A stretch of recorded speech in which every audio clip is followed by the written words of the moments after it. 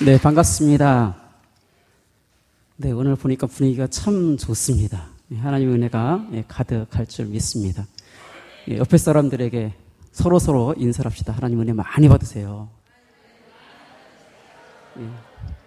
오늘 오신 여러분들은 정말 큰 복 받으신 분들인 줄 믿습니다. 하나님께서 놀라운 은혜 주실 줄 믿습니다. 오늘 제목이 뭔가요? 같이 읽어볼까요? 시작. 위기는 오기로 극복합니다. 여러분들의 인생 속에 위기가 있습니까? 위기 없는 분들이 계시다면 제 설교를 잘 들으셔서 다음에 위기 왔을 때 기억하시고요. 위기를 지금 겪고 계신 분이 계시다면 오늘 말씀이 여러분들의 인생을 바꾸는 역사가 있기를 소원합니다. 충청도 어느 지방에 어떤 미국인이 이발소에 들어갔습니다. 이발소에 딱 들어갔더니 아무도 없는 겁니다. 문은 열려 있는데 그래서 그 의자에 가서 탁 앉았어요. 주인이 누군가 온 기척을 듣고서 문을 열면서 딱 왔습니다. 와시유? 하고 물어봤어요. 그랬더니 이 미국인이 뭐라고 그랬을까요? 야, 이 사람이 영어를 조금 하네? 그래서 뭐라고 했을까요? 미러. 어떻게 됐을까요? 네, 완전히 밀어버렸다는 그런 이야기가 있습니다. 그 사람은 거울을 보면서 밀어라고 말을 했는데 엉뚱하게도 이 사람이 또 한국말을 하네 하고서 밀어주는 그런 일들이 있었는데요. 오늘 제가 하는 설교가 정말 제 얘기가 아니라 하나님께서 저를 통해서 하시고자 하시는 메시지로 여러분들이 들었으면 좋겠고, 내가 듣고 싶은 이야기를 듣는 것이 아니라 하나님께서 정말 전하시고 싶은 그 핵심을 듣는 시간이 되었으면 좋겠습니다. 위기는 오기로 극복한다라고 제목을 제가 정했는데요. 도대체 오기란 게 뭘까요? 사전에는 능력은 부족하지만 남에게 지기 싫어하는 마음, 이게 오기라고 합니다. 이거로 위기를 극복할 수 있을까요? 제가 오늘 말씀드리려고 하는 오기는 그 사전적인 오기가 아니라 제가 새롭게 만들어낸 신조어입니다.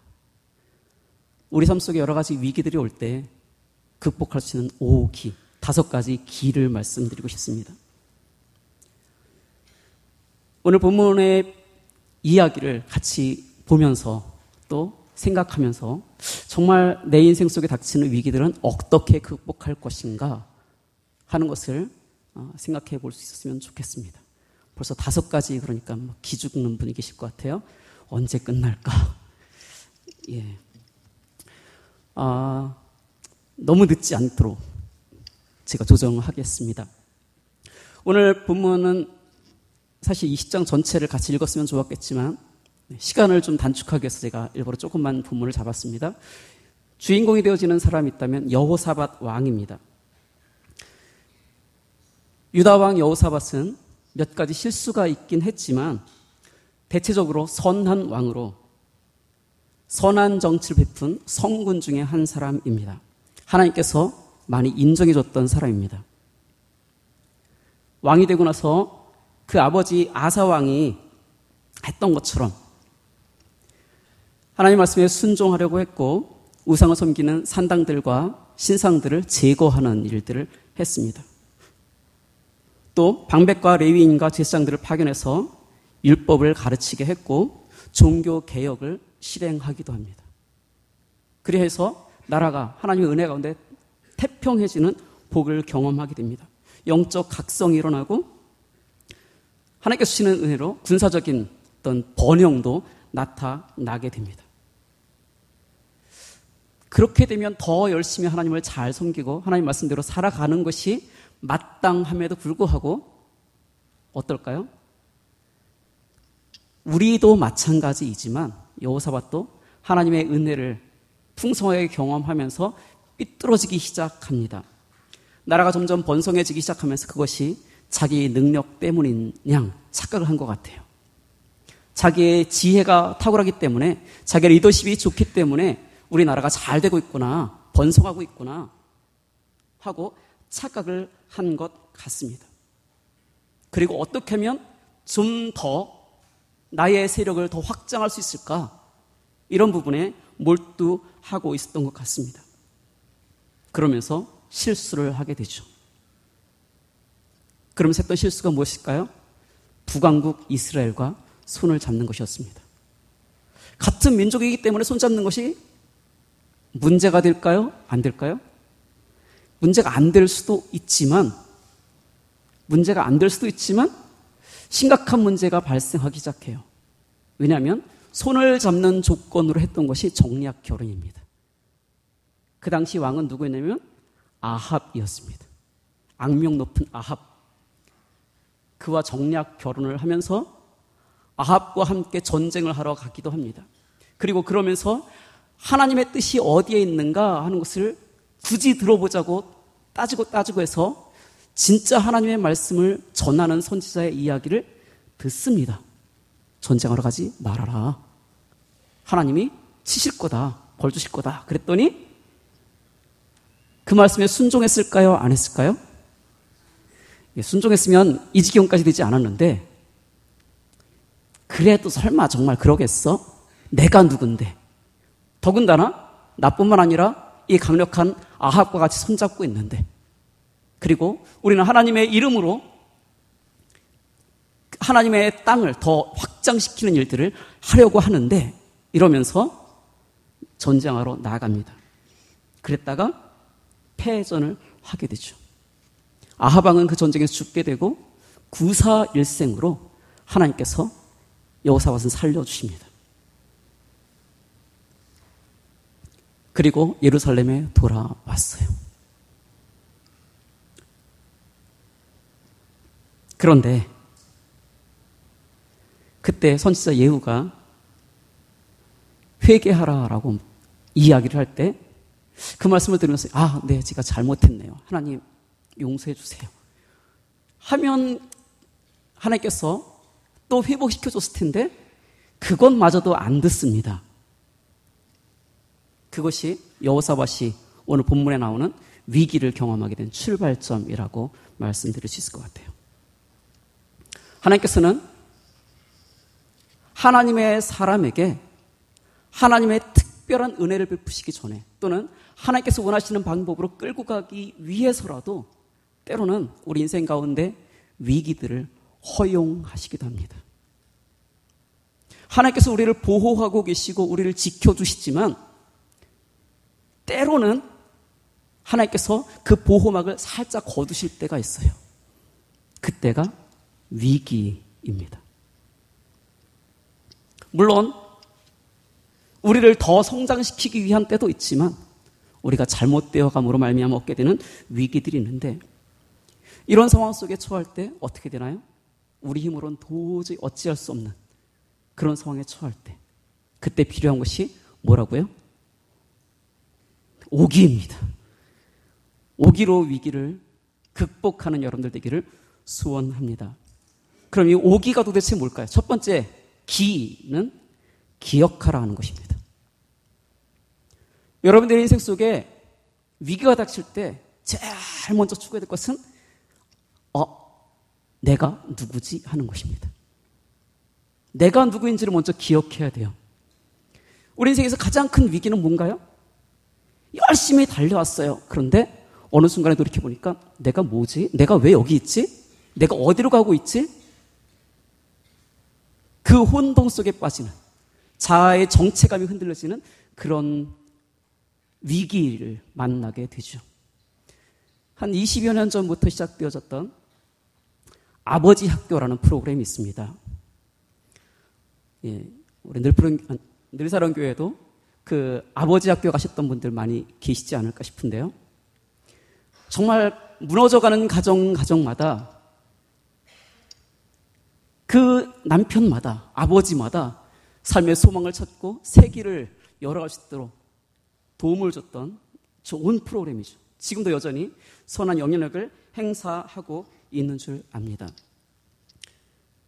거기에 들어가면 5주를 하지만 5주 동안 매 시간마다 선포하는 것이 있어요.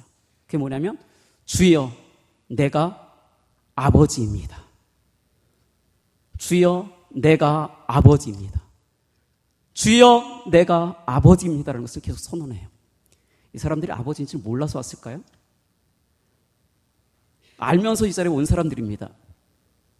그런데 자신은 아버지로서 역할을 최대한 잘하며 살아왔다라고 말을 하는데 아내를 위해서, 자녀들을 위해서 목숨 걸고 일을 해왔고 앞만 보고 달려왔고 정말 뼈 빠지도록 고생을 했는데 중년이 돼서 뒤를 돌아 보니까 직장에서도 위기를 겪게 되고 사업 가운데서도 어려움을 겪게 되고 그래서 좀 집에서 숨을 돌릴까 하고 집에 들어갔더니 당신 누구예요? 이렇게 말하는 자녀들을 보면서 당신 없는 게 차라리 좋습니다라고 하는 그런 아내들을 보면서 내가 지금 뭐 해왔지 하는 생각들을 겪게 되는 그 위기를 겪는 그들에게 제일 먼저 가르치는 것이 주여 내가 아버지입니다 하는 것이었어요.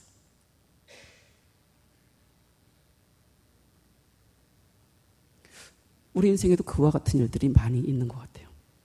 특별히 신앙생활 오래 하면서 그와 같은 일들을 겪을 때가 종종 있더라고요. 교회를 열심히 다녔습니다. 열심히 봉사했습니다. 먼저 그의 나라와 그의 의를 구하라. 그러면 이 모든 것을 너에게 도와주리라는 약속의 말씀을 붙들고서 열심히 봉사했어요. 때로는 내일보다 교회를 더 막 열심히 해왔습니다. 그런데 어느 순간에 여긴 그런 일 없겠지만 어떤 교회에서는 그러더라고요. 그 임직자 투표를 탁 했더니 이분이 몇 표 차이로 안 됐어요. 그리고 나서 크게 좌절합니다. 교회를 떠나고 신앙생활을 멀리하는 그런 일들까지 겪게 되는 이들이 있더라고요. 왜 그랬을까요?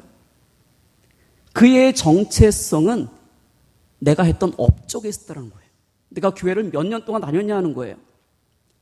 내가 교회 헌금을 얼마큼 했느냐 이것을 가지고 자기의 업적으로 삼았기 때문에 그것이 문제였던 거예요. 그러다 보니까 하나님 앞에서 내가 누구인지에 대한 명확한 정체성이 안 서 있는 거예요.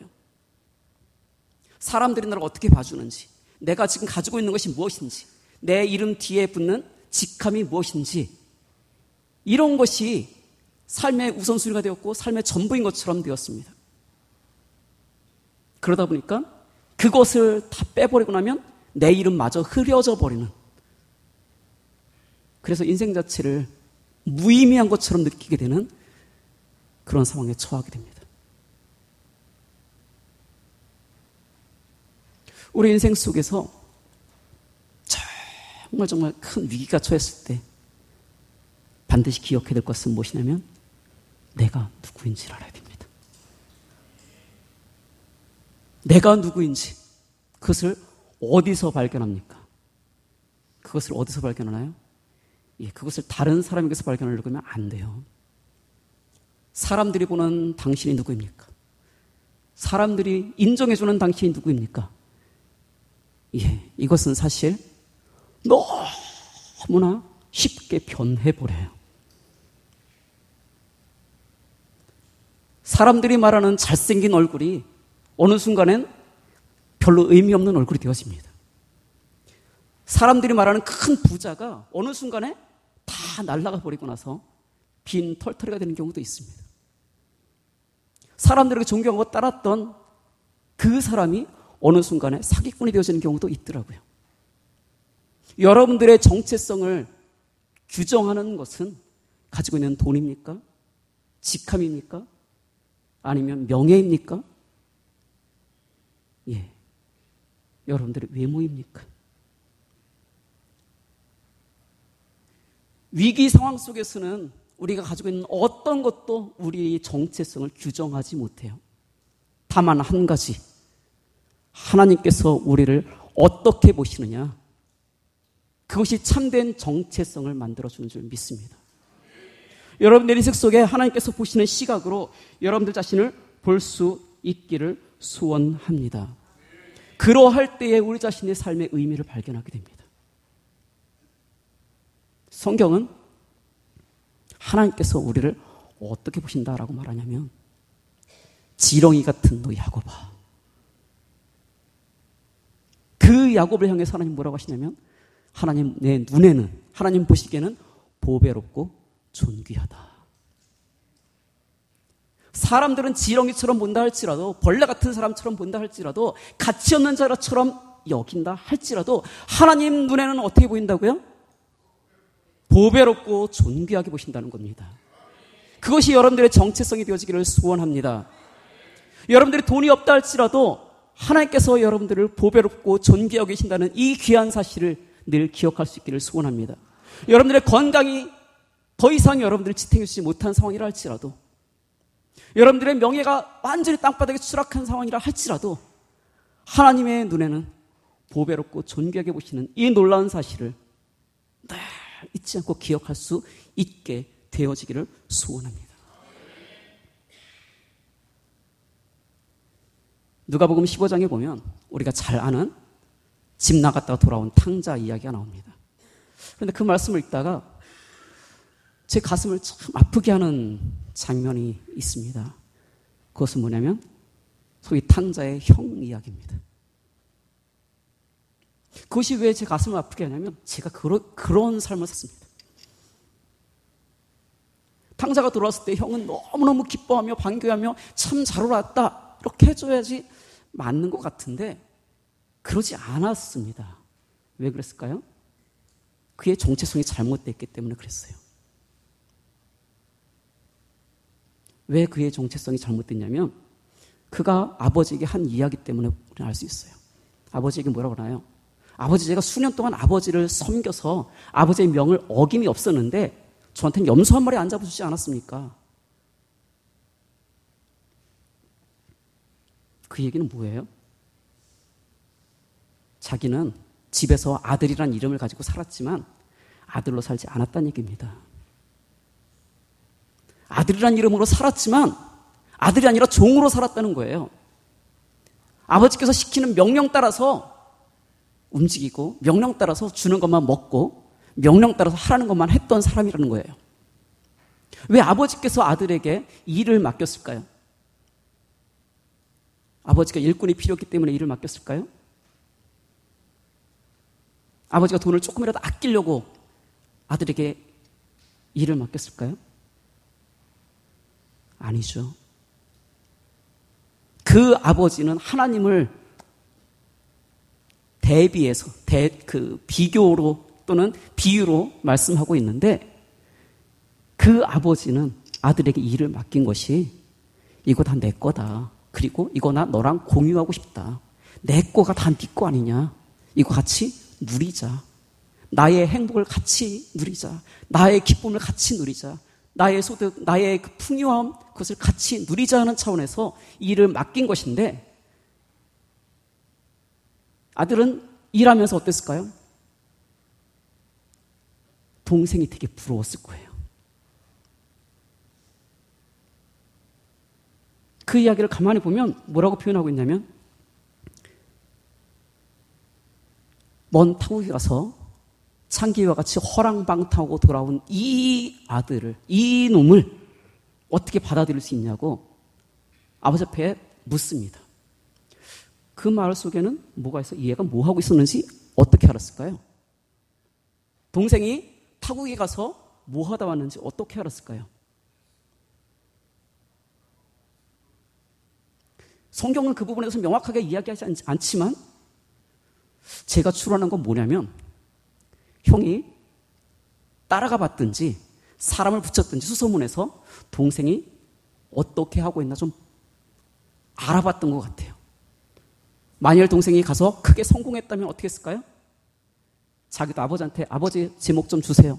딱 떼어서 따라갔을 거예요. 그런데 보니까 성공하지 못한 것 같아요. 그냥 여기 서 있는 게 차라리 낫겠다. 성경은 말하지 않지만 제 추론입니다. 그냥. 그런데 우리 신앙인들이 그런 모습 가운데 있는 경우가 많이 있습니다. 말로만 아들이 아니라 이름만 아들이 아니라 진짜 아버지 제가 아들입니다. 아버지 제가 아버지 딸 아닙니까? 라고 정말 아버지 앞에 정체성을 늘 확인하면서 살아가는 우리 모두가 될 수 있기를 소원합니다. 이것이 우리가 위기를 극복할 수 있는 첫 번째예요. 반드시 기억해야 될 것이 내가 하나님 앞에서 어떤 존재인가 하는 것입니다. 또한 기억해야 될 것은 하나님의 말씀입니다. 여호사밧은 하나님 앞에 나아가면서 하나님 과거에 이러하지 않았습니까? 하나님 이렇게 약속하지 않았습니까? 그런데 왜 이런 일들이 발생합니까? 하고 하나님께 따지듯이 묻습니다. 하나님의 약속이 이렇게 있지 않습니까? 그런데 그 약속이 도대체 어디 갔습니까? 예, 우리가 위기 가운데서 하나님 앞에 돌이킬 수 있는 근거가 있다면 그것은 뭐예요? 그것은 약속의 말씀입니다. 내가 잘나서가 아니라, 내가 선해서가 아니라, 내가 이렇게 봉사를 많이 했기 때문이 아니라, 내가 능력이 많이 있기 때문이 아니라, 하나님이 인정해 줄 만한 뭔가 가치가 있어서가 아니라, 약속하신 말씀이 있기 때문에 말씀을 붙들고 하나님께 나아갈 수 있는 거죠. 사랑하는 성도 여러분, 원하기는 내가 하나님 앞에서 어떤 자인가에 대한 기억함, 그리고 말씀을 기억하는 은혜들이 있기를 소원합니다. 그래야 할 때에 우리의 삶에 새로운 길들이 열려지기 시작합니다. 두 번째로 두 번째 기는 기경하라입니다. 따라해볼까요? 기경하라. 기경하라는 게 뭐예요? 아시는 분이 계실까 모르겠네요. 밭가라라는 겁니다. 밭가는 걸 기경이라고 말하는데 제가 기를 맞추려고 하다 보니까 이 기경이라는 말을 쓰게 됐습니다.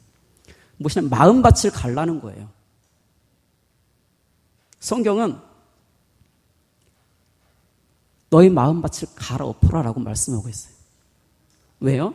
마음밭을 갈아엎어서 마음이 딱딱한 마음이 아니라 부드러운 마음이 되어져야만 하나님의 말씀이 맺혀지고 열매 맺게 되기 때문입니다.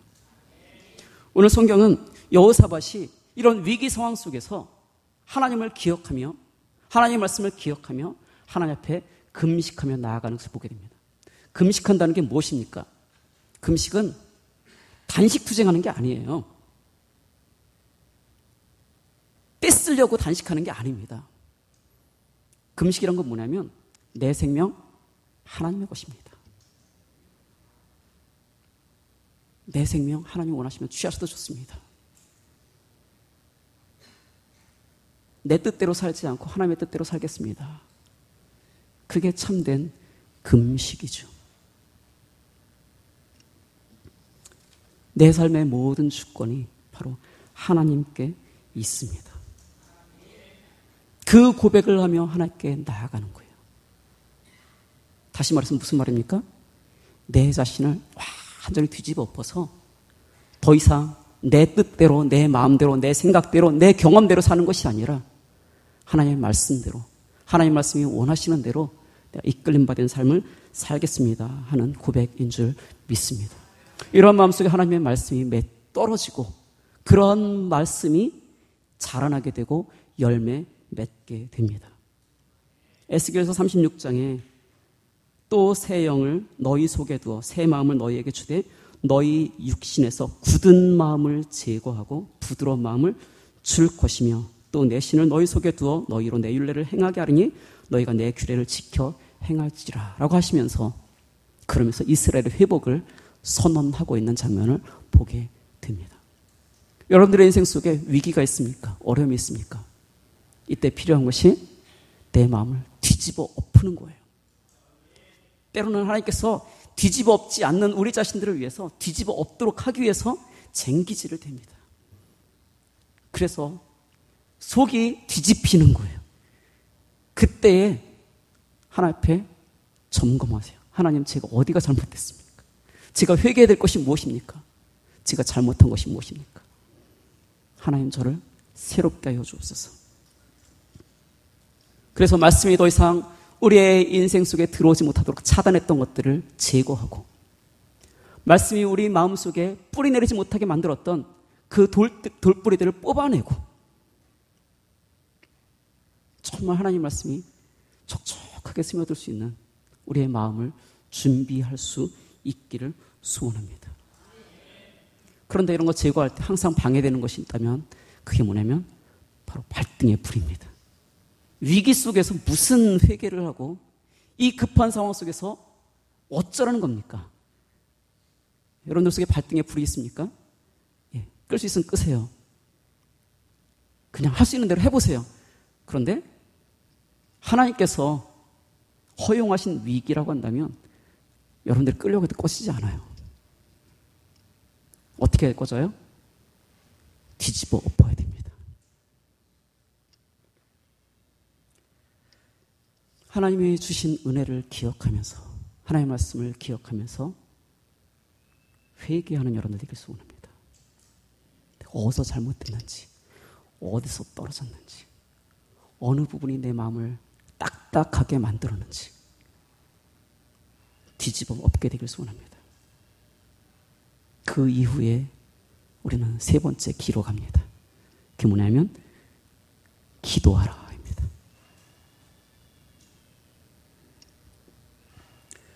네, 기도는 우리 너무나 잘 알고 있죠. 여호사밧도 마찬가지 이런 위기 속에서 내 힘으로는 안 되는 것을 알기에 회개하며 금식하며 하나님의 도우심을 구합니다. 하나님, 이 엄청난 군대가 쳐들어오는데 이들을 당할 힘이 내게 없네요. 우리에게 없네요. 하나님 좀 어찌 좀 해주세요 라고 하나님 앞에 기도합니다. 그래야 할 때에 하나님의 역사가 나타납니다. 하나님의 능력이 나타납니다. 내게 구하라. 내가 열방을 내 소유물로 줄 것이다. 내 입을 크게 벌리라. 내가 채우리라. 너는 내게 부르짖으라. 내가 내게 응답하겠고 내가 알지 못하는 크고 비밀한 일을 내게 보이리라. 하나님은 기도하는 자에게 하나님의 응답을 약속하셨습니다. 제2차 세계대전 때에 영국군이 30만 명이 독일 기계부대에 쫓겨서 프랑스의 작은 어촌 덩커스라는 그런 곳에 포위된 적이 있었습니다. 공중에서는 독일 비행기가 막 날아다니면서 폭탄 세례를 막 쏟아붓습니다. 독일 잠수함들은 그 영국군 군함이 접근 못하도록 계속 바닷속에서 공격해 옵니다. 이 30만의 영국 대군은 어쩔 수 없는 상황에 처하게 됐습니다. 여기서 30만이 완전히 포로가 되고 완전히 잡혀버리면 전쟁은 끝날 상황이었습니다. 이 절체절명의 위기 상황 속에서 영국 왕실과 수상 처칠은 중대 결정을 합니다. 그게 뭐냐면 우리 기도하는 날을 한번 정합시다. 하루 동안 전 국민이 오직 기도에만 힘쓰는 날로 삼읍시다 하고서 함께 기도하기 시작합니다. 그래서 영국 모든 백성들이 함께 부르짖어 기도할 때에 하나님의 역사가 나타납니다. 그 덩커스에 억수 같은 비가 쏟아지기 시작합니다. 그래서 그 탱크며 이런 기계 부대가 더 이상 접근하지 못하게 되어요. 또 잠수함도 그 파도 때문에 가까이 가지 못하는 그런 상황이 발생합니다.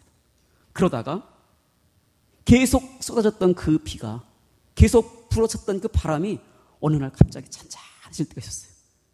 그날 영국에서 배가 뜨고 그날 30만이 무사하게 그 영국으로 피난을 하게 됩니다. 그리고 나서 그들을 중심으로 새롭게 힘이 규합되어서 전쟁에 승리했다는 이야기가 있습니다. 기도할 때에 가능성이 없는 그곳에 하나님의 역사가 나타납니다. 기도할 때에 하나님의 능력이 나타납니다. 그럼 기도를 언제까지 해요? 응답이 있을 때까지 합니다. 기도의 응답은 흔히 세 가지라고 하죠. 어떻게 해요? 즉시로 예스하고 응답해 주는 경우가 있습니다. 우리의 기도가 하나님의 뜻에 딱 합하면 그냥 바로 주시는 경우가 있어요. 그런데 하나님은 사실 우리가 구하는 것, 우리가 원하는 것, 우리가 생각하는 것보다 더 좋은 것으로 넉넉하게 넘치도록 채워줄 수 있는 분이십니다. 그 하나님께서 우리에게 좋은 것을 주시기 위해서 때로는 우리의 기도를 바꾸게 하시는 경우가 있어요. 하나님, 제가 이 사람하고 결혼하고 싶어요 하고 열심히 기도했는데 어느 순간에 그게 아니구나 하는 것을 깨닫게 하시고 다른 사람을 위해서 기도하게 하는 경우가 있습니다. 왜요? 더 좋은 사람 주시려고요. 때로는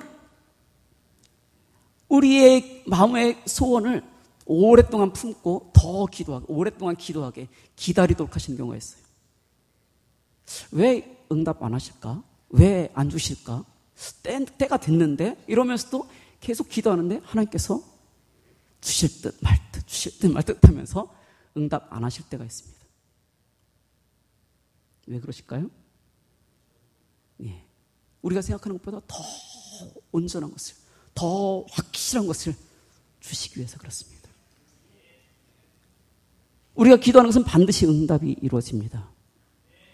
내가 원하는 것이 아니라 하나님께서 주시고자 하시는 가장 좋은 것을 응답하시는 것을 믿으시기 바랍니다. 그것을 위해서 기도할 때 하나님의 역사가 나타납니다. 어떤 사람들이 기도합니까? 하나님의 능력을 아는 사람들이 기도해요. 그러니까 늘사랑교회는 하나님의 능력을 아는 사람들이 많은 것 같습니다. 기도에 불이 뜨거운 교회인 줄 믿습니다. 기도할 때 하나님의 역사가 나타나는 교회인 줄 믿습니다. 어떤 사람들이 기도해요? 하나님의 도우심이 필요한 사람들이 기도해요. 내 힘으로 할 수 있는 사람들은 기도 안 해요. 자기 지혜로 살 수 있다는 사람들은 기도 안 합니다. 정말 하나님이 천지를 만드신 분이시고 정말 하나님이 이 세상 모든 것을 주관하시는 분이시며 정말 하나님이 내 삶의 주인 되시는 분이시라는 사실을 인정하는 사람들은 기도할 수밖에 없는 줄 믿습니다. 그런 사람들은 어떤 사람들이에요? 하나님과 특별한 관계가 있는 사람들이죠. 여러분들에게 그런 은혜, 그런 관계들이 형성되어질 수 있기를 소원합니다. 이러한 기도하는 사람에게 하나님의 응답이 나타납니다. 오늘 아까 읽었던 본문이 바로 그런 응답입니다. 하나님께서는 하나님의 선지자를 보내셔서 하나님의 응답을 약속하세요. 이렇게 될 것이다. 그 응답은 뭐였어요? 이건 너희 전쟁 아니다 하는 거예요. 여호사밧의 기도는 무엇이었냐면, 하나님, 나 이 전쟁 어찌하지 못하겠습니다. 좀 지지 않도록 해주세요. 이 정도의 기도였을 거예요. 그러지 않았을까요? 그런데 하나님께서 뭐라 그래요? 이 전쟁 네 전쟁 아니야. 내가 싸워줄게. 우리 인생의 모든 것들이 하나님의 주권 아래에 있는 줄 믿습니다. 그렇다고 한다면 여러분들의 삶의 모든 것 또한 하나님의 일이 되어지기를 소원합니다. 하나님의 일은 교회에서 봉사하는 것만 하나님의 일이 아니라 여러분들의 인생이 하나님의 이름으로 서 있다고 한다면 그 자체가 하나님의 일이 되어지는 줄 믿습니다. 여러분들이 공부하는 것이 하나님의 일이 되어지길 원합니다. 여러분들이 직장에서 물건 하나 파는 것이 하나님의 일이 되어지길 소원합니다. 여러분들이 만나는 사람에게 반가운 인사하는 것이 하나님의 일이 되어지길 소원합니다. 여러분들이 만난 위기마저도 하나님이 싸우시는 전쟁터가 되어지기를 소원합니다. 그때 필요한 것이 뭐예요? 네 번째 기입니다. 뭐냐면 기대하는 거예요. 아, 그래. 이 전쟁 내 전쟁 아니지. 하나님의 전쟁이지. 지금 이 위기가 나에게 하나님이 주시는 놀라운 기적의 역사를 이끌어가는 출발점이 되려니 생각하고 기대를 갖는 겁니다. 무엇을 기대해요? 하나님을 기대하십시오. 사람을 기대하는 것이 아니라 하나님을 기대하시길 바랍니다. 여러분들의 능력을 의지하는 것이 아니라 하나님을 기대할 수 있기를 소원합니다. 사람을 기대하면 사람은 반드시 실망 주게 돼 있어요. 아닌가요? 실망 안 하셨나 보네요.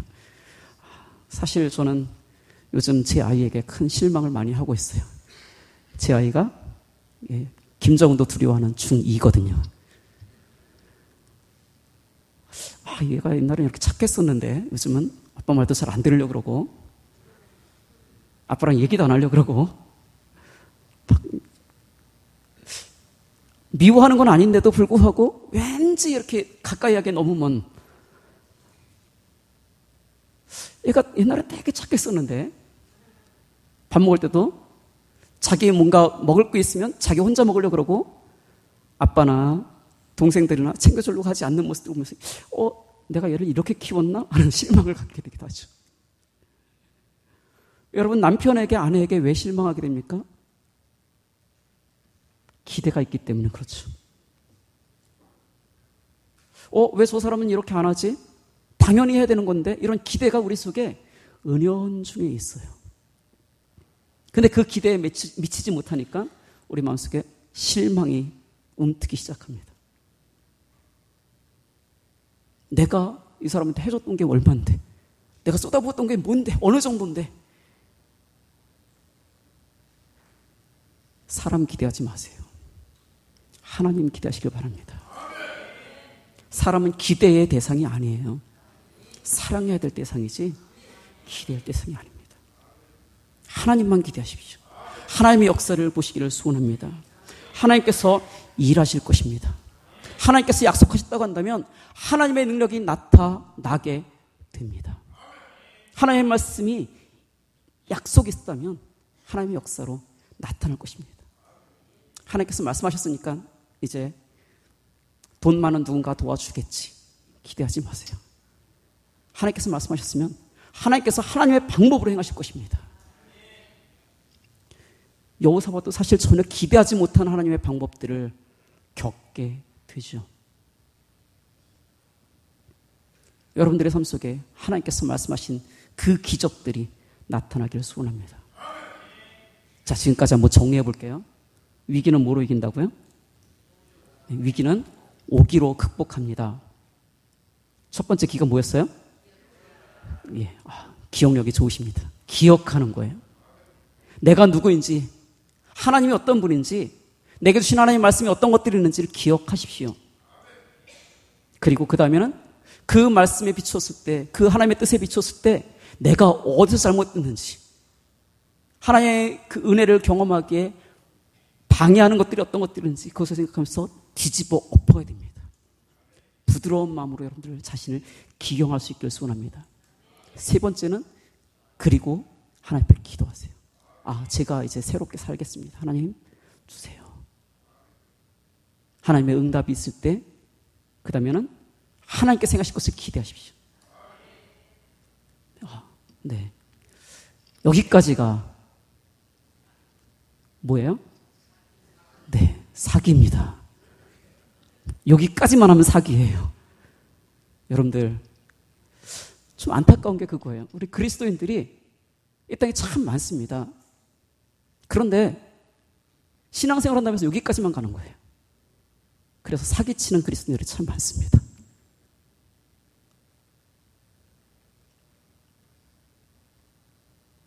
하나님께서 정말 은혜를 주시고 능력을 베푸셔야 되는데 하나님이 드러나고 하나님의 역사가 나타나야 되는데 그 역사가 나타나기 전에 끝내버리는 거예요. 그래서 하나님의 이름이 욕을 먹고 그래서 더 이상 하나님의 역사가 나타나지 못하는 그런 일들을 우리가 스스로 만들어 놓은 것 같아요. 다섯 번째 기. 이게 중요한데 이게 뭐냐면 기쁨으로 순종하라입니다. 어떻게 하라고요? 아무리 신앙이 좋다 할지라도 아무리 기도를 많이 했다 할지라도 아무리 하나님께서 행하실 것에 대한 믿음이 있다 할지라도 말씀에 대해서 순종하지 아니한다면 하나님의 역사가 나타나지 않습니다.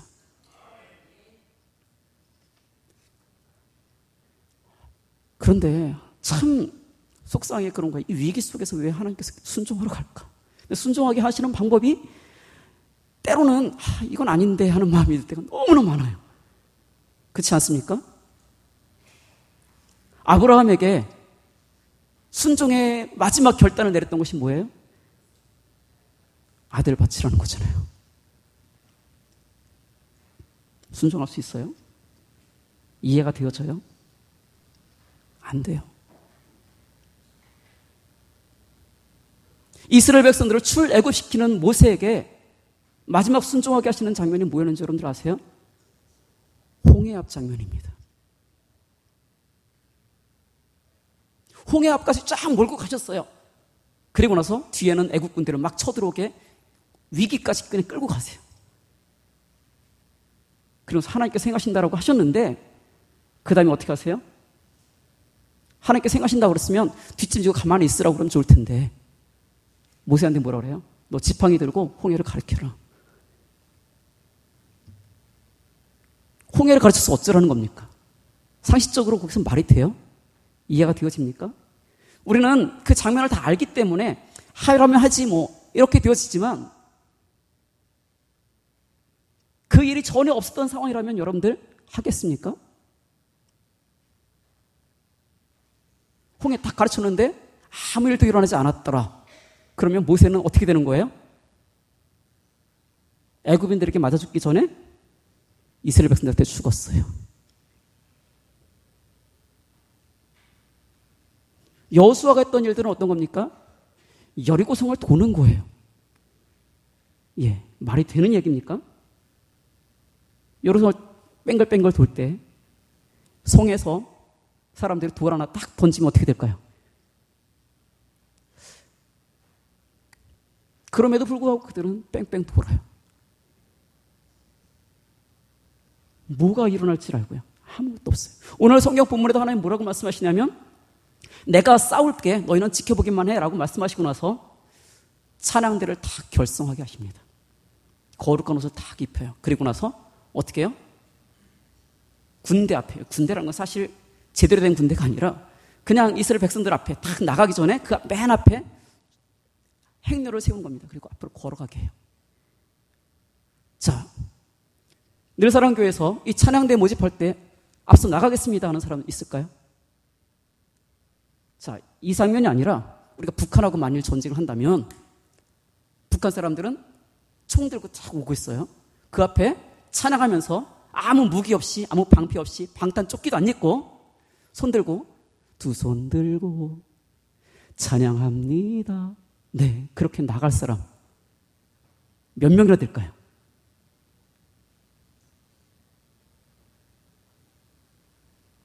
그게 하나님께서 여호사밧에게 요구하시는 마지막입니다.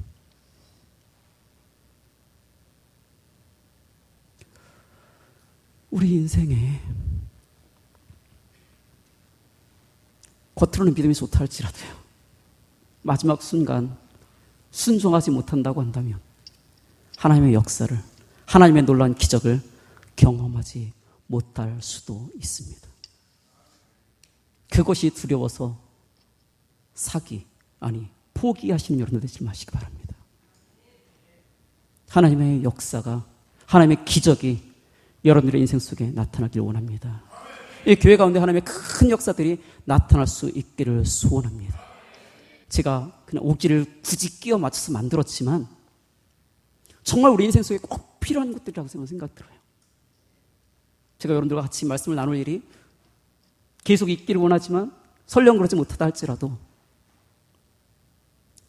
이 말씀을 기억하며 여러분들의 인생을 하나님께서 새롭게 이끌어가며 하나님께서 주시는 놀라운 기적의 주인공들이 되어지는 여러분들, 또 이 복된 교회가 되어지기를 바랍니다. 기도하겠습니다. 사랑이 많으신 하나님 아버지, 우리를 사랑하셔서